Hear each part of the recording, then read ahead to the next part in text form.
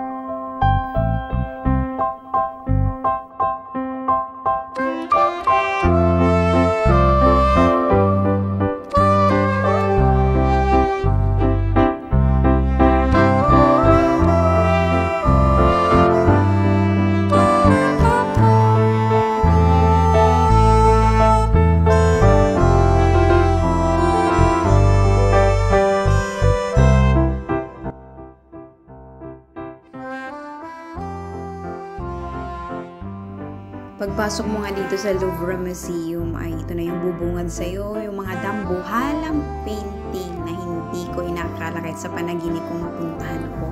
Hindi naman ako interesado sa mga painting guys, pero hindi natin may i-deny na nakaka-amaze talagang tingnan itong mga painting na naka-display dito sa buong Louvre Museum. Hindi ko alam kung paano i-pronounce yan, pero kapag hindi mo daw kayang i-pronounce in French, pwede mo daw siya i-pronounce in English as a Louvre. So, yan na lang.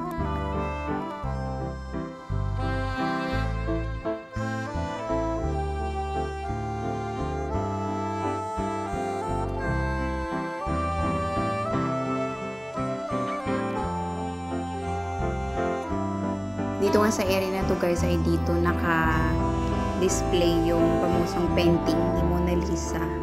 Sobrang nakaka-amaze. Andyan pa rin yung mga painting na dumbuhalang painting sa paligid niya. Pero ang pinagkakaguluhan talaga ng tao itong si Mona Lisa.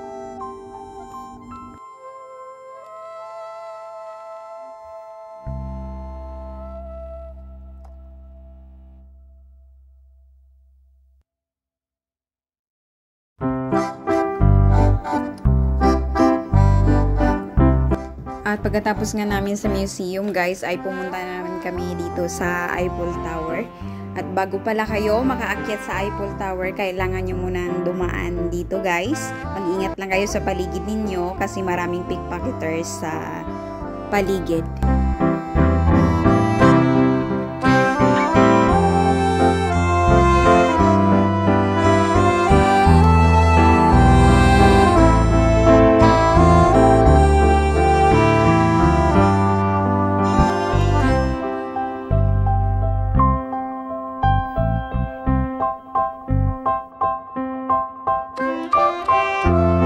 At pagkatapos nyo nga mag-sightseeing, ang Eiffel Tower ay merong souvenir shop sa taas. Iba't ibang klase ng souvenir na pwede nyong pagpilian at bilhin.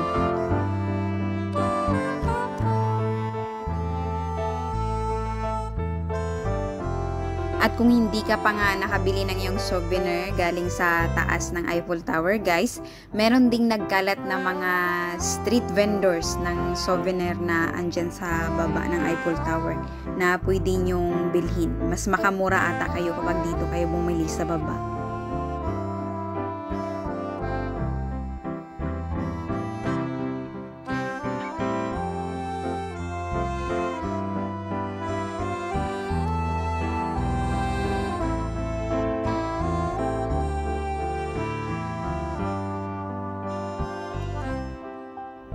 Dito nga sa area na to, trinay kong kunan ng video yung La Madeleine Church ng Paris, kaso medyo tagtag yung video ko kasi yung highway nila guys is bricks.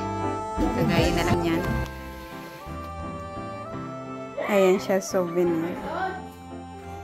Ito yung pinili ko. Ito yung kinuha ko para sa kasama ko.